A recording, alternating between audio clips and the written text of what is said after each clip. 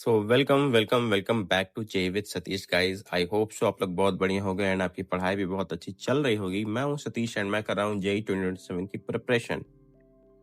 And आज है 11th of July and आज है डे 6 ऑफ 500 क्वेश्चन सॉल्विंग पर वीक चैलेंज का। एंड कल था डे 5 एंड कल के दिन मैंने पढ़ा था 10 आवर्स। तो हाँ गाइज, आप लोगों ने मेरा शेड्यूल तो देखा होगा जो मैंने डे 4 के दिन रिलीज किया था या आप लोग के साथ शेयर किया था। वो 13 आवर्स का था। मैंने 10 आवर्स की कल स्टडी की थी, उसी को फॉलो कर रहा था। कल 1 घंटे और पढ़ सकता था, बट हाँ, एक बार में 11 घंटे पढ़ना फिर अगले दिन 6 घंटे पढ़ना वो सही नहीं होता। इसलिए कल मैंने 10 आवर्स ही पढ़े। आज 11 आवर्स या 12 आवर्स का ट्राई करूँगा। एंड आज भी मैं 3 AM से 4 AM के बीच में उठ गया था। अभी 4 AM हो रहा है। कल डे 5 के दिन मैंने 10 आवर्स की स्टडी की थी, जिसमें कि मैंने किया था रिलेशन एंड फंक्शन को रिवाइज किया था। एंड रिवीजन के लिए मैंने यूज़ किया था 12th की मैथ्स मेड इजी, जो कि मेरे पास कल या परसों ही आई है। एंड बुक की बात करूं तो बुक बिल्कुल वर्थ इट है गाइस।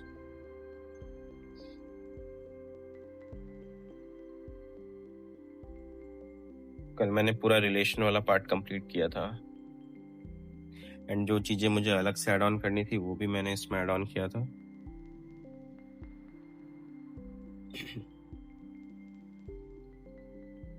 ये बुक तो मेरे को बिल्कुल वर्थ इट ही लगा है।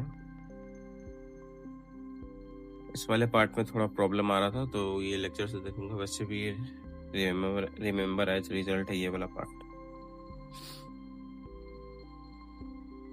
तो कल इसके कुल मैंने किए थे यहाँ से 12 क्वेश्चंस के प्रैक्टिस की थी। ये 6 से 10 मैंने रिलेशन एंड फंक्शंस पढ़ा था। देन फिर जीओसी के नोट्स रिवाइज करने चल गया था 10 से 12 तक। जीओसी की नोट्स रिवाइज कर रहा था। देन उसके बाद हाइड्रोकार्बन रिवाइज किया था। हाइड्रोकार्बन के होमवर्क के लेक्चर 2 के करीब 11 क्वेश्चंस किए थे। एंड अगर लेक्चर 2 तक तो बिल्कुल सही समझ में आ रहा है। लेक्चर 3 एंड लेक्चर 4 में थोड़ा दिक्कत हो रहा है, बट हाँ, उसको उतना लोड नहीं लेंगे। जब 11th रिवाइज वगैरह कर रहे होंगे ना, तो जीओसी से कॉन्सेप्ट क्लियर होते चले जाएंगे, तो देन हाइड्रोकार्बन भी रिवाइज हो ही जाएगा। एंड उसके 11 क्वेश्चंस किए थे। ये मैंने किया था 1 PM से 4 PM तक। देन फिर यूनिट एंड डायमेंशन मैंने लिखा था, बट इसका टाइम नहीं बचा था। एंड फिर देन क्लास 1 किया था हाइड्रोकार्बन का ही 4 PM से 6 PM तक। एंड कल का भी क्लास बिल्कुल हैवी था हाइड्रोकार्बन का। मेरे तो बिल्कुल बाउंसर ही गया है, उसको दोबारा रिवाइज करना पड़ेगा। एंड केपीपी 2 का डिस्कशन देखा था 6 से 7 के बीच। 7 से 8 भी पढ़ सकता था, बट हाँ, जैसे मैंने आपको बताया कि उतना कोई लोड नहीं था।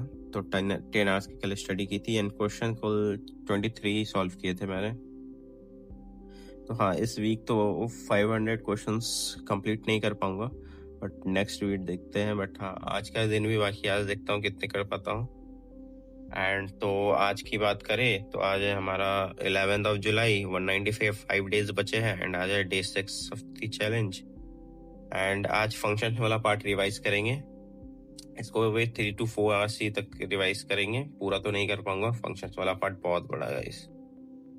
एंड हाँ, कल हमारे बैच में ITF खत्म हो गया है। आज से लिमिट वाला पार्ट स्टार्ट होगा। तो लिमिट में मैं आपको दिखा देता हूँ, चूंकि मेरे पास नोट्स आ गए हैं।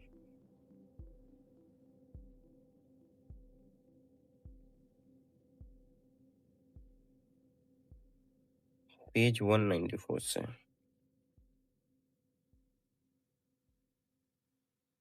Limits and continuity and differentiability.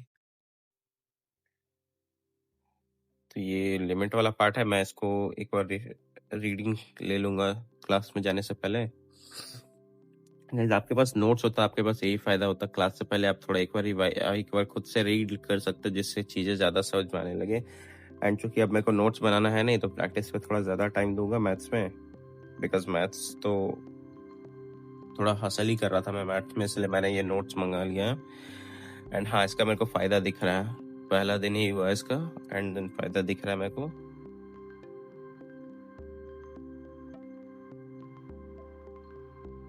And ये भी कुछ ज्यादा बड़ा चैप्टर नहीं है। जैसे अगर मैं प्लानर की बात करूं तो लेक्चर प्लानर में करीब 15 लेक्चर्स ही मिले हैं। सो